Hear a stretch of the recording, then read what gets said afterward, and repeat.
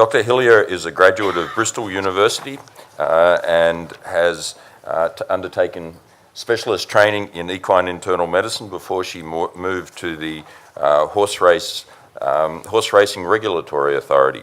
She has a keen interest in the welfare of the horse and has a number of international associations, including representations on the compliance and disciplinary departments of the BHA, the International Movement of Horses Committee, and is a European representative of the International Group of Specialist Racing Veterinarians. Good morning. Thank you, Chairman. Thank you also, Your Highness and the Congress Committee, for giving me the opportunity to speak here today. I've been asked here to talk about racing generically. Hopefully I've made it quite clear that I come obviously from a European background. I am part of a team of European regulatory vets who work in this area. Before I go too much further, I'll try and get the technology to work. What was the decision on where to point it? That way. Okay, I'll give it a go. Right. I thought before I went too much further, one thing I ought to do really, given our very different backgrounds, is to perhaps talk about what we have in common, the horse. We've talked about the partner, the horse, several times over the last couple of days. I don't know whether you do know the sorts of horses that we do have, and I thought I'd better put up some examples. I guess from that graph, the most obvious thing is that we have a range of ages. We don't just have the babies, the 2-year-olds, the 3-year-olds, the immature horses. We have a large proportion of older horses, 5 years and above. We also race over a variety of surfaces, so grass, all-weather surfaces, dirt. There's quite a lot of variety in what our horses do, both on the track and actually at home. Going on to, I must point it that direction. Okay. Going on to this horrible acronym, the HSL Sea, the European Horse Race Scientific Liaison Committee. I thought it, again, would be worth spending a couple of minutes just talking about what that's all about. It was formed in 1992 by the racing authorities of Britain, Ireland and France, with one aim, to work towards the harmonisation of doping and medication control in racing. Membership now includes Germany, Italy, Finland, Norway, Sweden, Denmark, and we are lucky enough to have associate members developed over the last couple of years in particular, South Africa, Hong Kong, and recently the North American Racing and Medication Testing Consortium, the RMTC. The HSL Sea has a very clear set of aims and objectives, and one of them, right at the top of the list, is to provide information based on sound scientific data to stakeholders within our industry. It seems to me there's a common theme here with why we're here today. Again, for clarity, the HSL Sea itself does not determine policy. The HSL Sea is an advisory group made up of pharmacologists, chief veterinary officers and analysts. They input into the International Federation of Horse Racing Authorities, the IFHA, and they also input into their individual racing authorities. And clearly it is the boards of those authorities which then set policy. It's as I say, it's an unusual concept to have in this day and age. It started off as a committee around a table. It's now been formalised and has very clear, as I say, objectives, aims, and a legal framework. Moving on to the bulk of what I want to talk to you about in this brief slot this morning. Why does racing need a policy on non-steroidal anti-inflammatory drugs? What is the policy, certainly in terms of the HSL Sea? Moving wider, what do other jurisdictions in racing do and think about NSAIDs, and will there be a change in that policy? Okay, going back to some basics. We are those countries who are signatories, those racing countries which are signatories to the IFHA international agreement, actually have to have a policy on non-steroidals and other medications and other doping agents. The agreement brings together a series of articles which are essentially guidelines, appendices and guidelines, setting out best practice. Authorities do not have to sign up to all of them, but actually in practice most authorities do. Racing authorities themselves then obviously have to take care of their own individual policy, and I'm just going to spend a little bit of time talking about these two aspects. The agreement itself has some very clear objectives. It seems to me that 3 of these directly relate to what we're talking about today. To enhance public confidence in the integrity of the sport, both on the racing and the breeding sides of it, to protect the safety and the welfare of the horses, our participants, and the riders. Really important not to forget the riders. To coordinate and harmonise approaches across the world of racing and breeding in order to basically promote the growth of the sport. Article 6, I've already alluded to it, refers specifically to medication. The objective is to protect the integrity of horse racing through controlling the use of substances capable of giving a horse an advantage or being disadvantaged in a race, contrary to the horse's inherent merits. Now, this was written perhaps in a time when integrity was taken to mean more doping than medication control. I think it's really important to make it clear that if you actually look up the definition of integrity, that includes both horse and jockey welfare in the sense of this agreement. And as I've already said, most racing jurisdictions are signatories to this Article 6, and I'll come back to that later.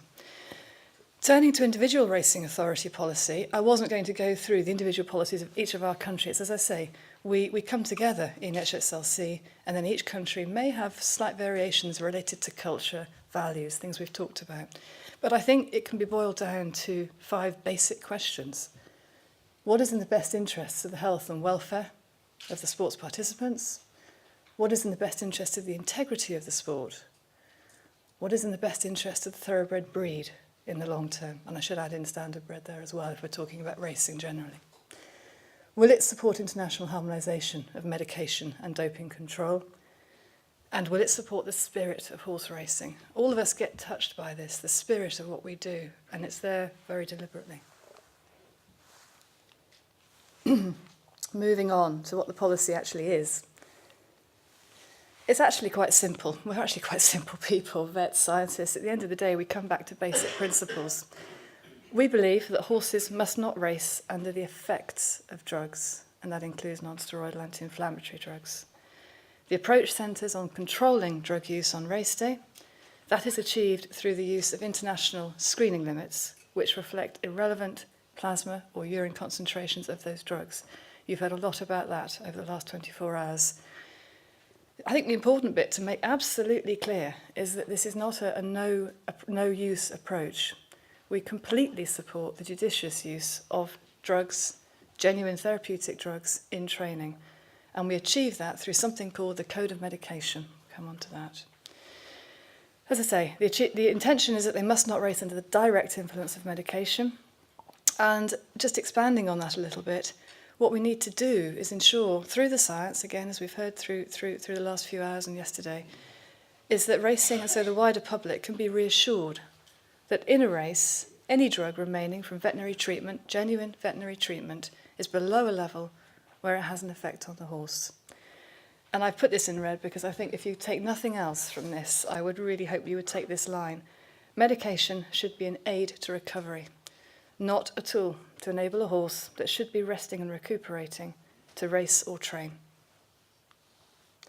Okay, forgive me for the words. I've put a lot of words on these slides because I speak quite quietly sometimes and I wanted to be sure I could bring you with me. But the words are there to support, as I say, the Code of Medication. It's up to each individual authority as to exactly how they phrase this, but the concept is there through the rules. So I used ours, British Horse Racing Authority, as an example. And again, put simply, I'm not going to read it verbatim, but it essentially means that treatments must be given at the right time for the right reason. If I could boil it down to a few words, that's what it comes down to. The treatments must be justifiable by what the horse actually has wrong with it. So in other words, blanket treatments for dubious reasons are not something that would be supported through our rules. Horses that are not trainable because they're injured, they're sore, they should be taken out of training or at least given light training, appropriate treatment, and then put back in where possible. And last but not least, certainly in our jurisdictions, these drugs remain prescription-only medicines. They are to be prescribed by veterinary surgeons, and I know this came up in the panel discussion yesterday, that there was a strong feeling that they should remain so.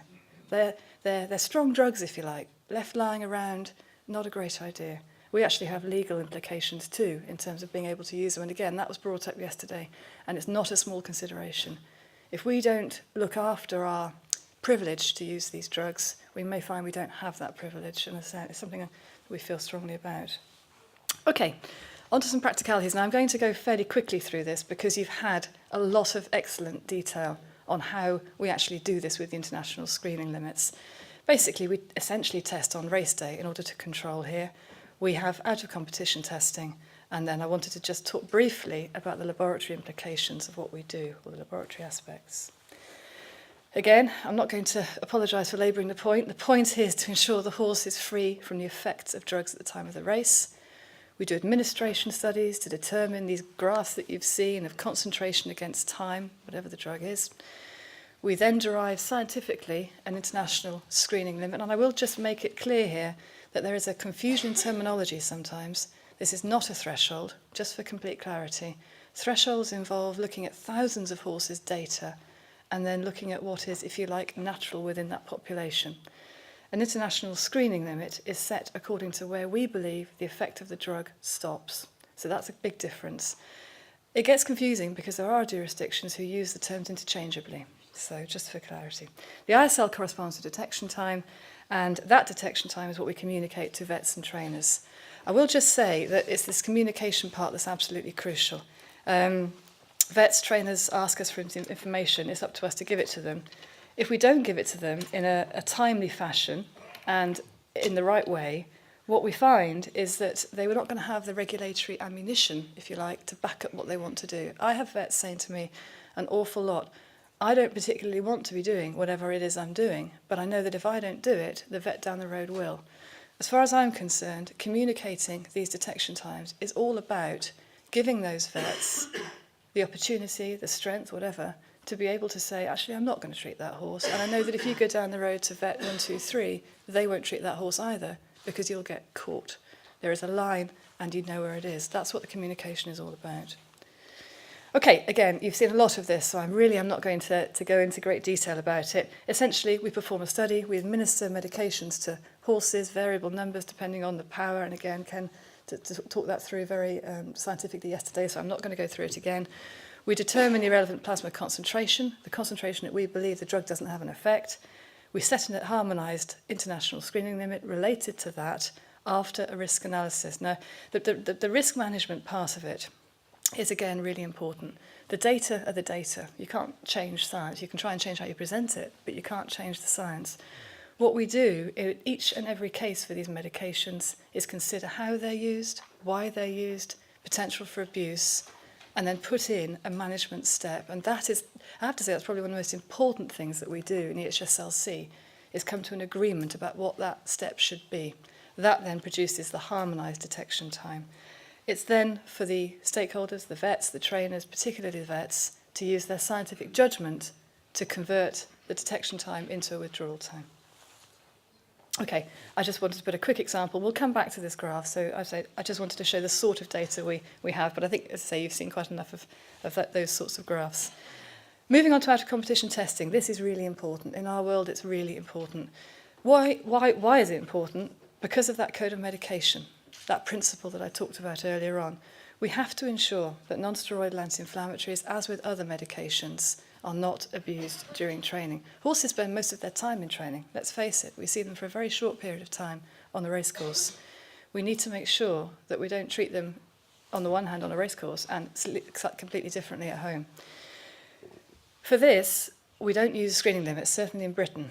We want to know what's there at whatever level. So although we limit the sensitivity for race day samples, for this, if you like, we want to see the whole picture.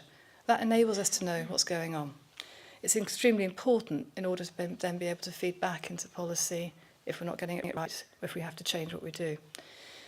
Essentially, the out-of-competition still goes down the line of permitting the legitimate use of non-steroidal anti-inflammatory drugs and others, but under veterinary prescription. We tie it up with medication records, logbooks, to ensure that what's being done is being done in the interests of the horse. Moving on to laboratory capability, this is an important, if you like, side aspect of both aspects of control, both on and off the racecourse. Whilst we're not in a position to dictate what vets do or what trainers do in the context of what they should or shouldn't administer, what we do obviously has an effect on prescribing habits. And I can give you a very clear example. When we were looking at, a couple of years ago, we had some intra-articular positives. Triamcinolone and acetonide was the particular drug. we found that there was a complete shift in what we were finding in samples away from that particular drug and others in its class towards other sorts of drugs. So in other words, it's not rocket science. If people are concerned about using a drug, they're going to try something else. It's really important in this context because the research and the effort and the money that's needed to keep up with this, if you like, is not insignificant. It's really important that if you regulate one bunch of drugs, you have to make sure that you've got capacity and capability for others. And it's just a question of not trying to beat the system, but just trying to be intelligent about it and stay one step ahead. So, as I say, for our laboratories, we've been fortunate enough to have a system based on ISLs for some years now. That's meant they've been able to divert their resources into looking for perhaps the more tricky drugs that we need to be able to find. I thought I was doing so well with this. Right, okay. Right, moving on to other racing jurisdictions. As I say, I don't want to just talk specifically about... Not going to work. Okay. Right, okay, about the HSL Sea. There's a world out there outside the HSL Sea. Hong Kong, North and South Africa, Australia. These jurisdictions also prohibit racing under the effect of non-steroidals. North and South America permits certain medication close to and or on race day. For non-steroidals, this involves controlled use of phenylbutazone, flunixin and carprofen. But what I wanted to briefly talk about this morning with you is the fact that there has been a sea change in approaches and ways of doing things over in North and South America. I want to particularly focus on a coordinated approach that came into effect in April 2010. It was really born out of looking at the fact that the horses that the veterinarians were examining pre-race were effectively being examined under the effects of medication. That's what really kicked it off. However, at the same time, it became quite clear that there were anecdotal and also some very hard data to raise concerns about the levels of non-steroidals being used. Now, as I say, I'm very much coming from a European perspective, but having spoken to my colleagues over in the States, they have kindly given me these data, and I would refer you actually to Dr. Mary Scholar, who is in the audience, if you need to know any more about them in particular. However, to me, they say a picture speaks 1,000 words. To me, sometimes a few numbers speak 1,000 words. Now, I know we had the discussion yesterday about extrapolation, but at the end of the day, to me, a fetlock joint is a fetlock joint. A horse is a horse, a leg is a leg. And when you have data, if you like, this obvious even to me as a non-statistician, I think they should be at least read carefully. Jurisdiction A had a rate of catastrophic injuries of 1.26 per 1,000 starts. That increased to 1.99 per 1,000 starts with the change from in the levels going from 2 to 5 micrograms per mil. As I say, Dr. Ken Lam over at the Hong Kong Jockey Club actually did some analysis on this, came up with an odds ratio. What that basically means is that at the higher level of phenylbutazone, the situation in this particular jurisdiction was that they were over half as likely to lose horses, put simply. What was interesting to me is that looking at jurisdiction B, with a similar sort of increase relating to those two levels, they actually have seen a decrease already. Having dropped back from 5 to 2, they have actually already seen a decrease. At this time, what was called the SOMA Review, and I know that it's been referenced on the FEI website for literature for this Congress, basically the available science was reviewed. People wanted to know exactly what we want to know here. What are the effects of non-steroidals in the context of pre-race examinations in this case? The science suggested that when you have phenylbutazone at 24 hours after treatment, there was a significant analgesic pain-killing effect at a dose of 4.4 milligrams per kilogram. What this did was substantiate the opinion of those actually on the ground, those guys trotting these horses up, seeing horses in front of them that then break their legs. They could actually understand very clearly from the science that clinical effects of phenylbutazone remain 24 hours after treatment. This was recognised as problematic because of the masking issues that we've already talked about, as I say, yesterday, and this led to recommendations from the Scientific Advisory Committee of the RMTC to recommend that there was a revision of their threshold from, and say threshold again, be careful how we use this term, this actually does mean threshold in this respect, from 5 micrograms to 2 micrograms. And I should just point out that actually it's not a question of being able to use this in conjunction with other non-steroidals. there must only be one at a time. So it's not a cocktail stacking position. How does this relate to our data? Again, going back to the graph I briefly flashed up earlier, what I wanted to just show you here is where those levels are in relation to time, really. So if you look at, I'm not going to even try and use the pointer, but if you can look at around 12 hours, you can see that both of our horses had levels that were dropping down below 8 micrograms per mil. If you look out towards 24 hours, you see the levels drop down below 5, and then they carry on going down. What I wanted to really point out here, is, again, as Pierre-Louis explained very clearly yesterday, is where these figures are in relation to the irrelevant plasma concentration. We believe from the modelling and the science that the irrelevant plasma concentration is at 10 nanograms per mil. I couldn't even put that on the scale. You wouldn't have seen it. It would have been just above 0 on this graph. Okay, this was an interesting point that, again, I just wanted to highlight. It reflects what I said earlier on about laboratory capability.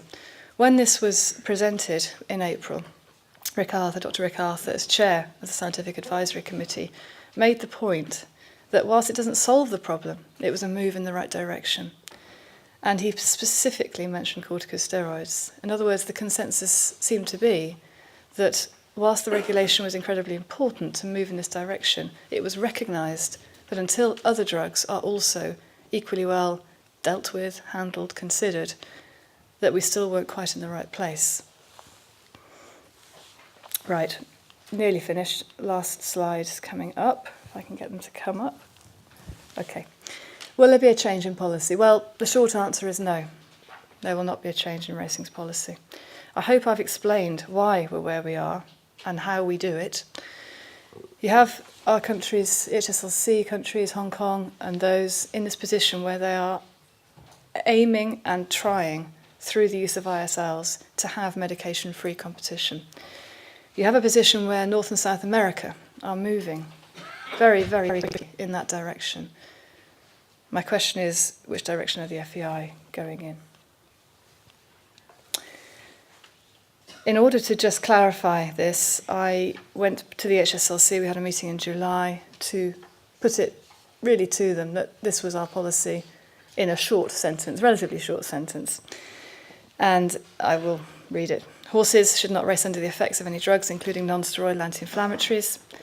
We will therefore continue to use international screening limits based on scientifically derived irrelevant plasma urine concentrations with both race day and out-of-competition testing to achieve the best possible balance between ensuring the welfare and safety of the horse and jockey on race days, fair racing conditions, and legitimate use of non-steroidal anti-inflammatories in training. Thank you very much.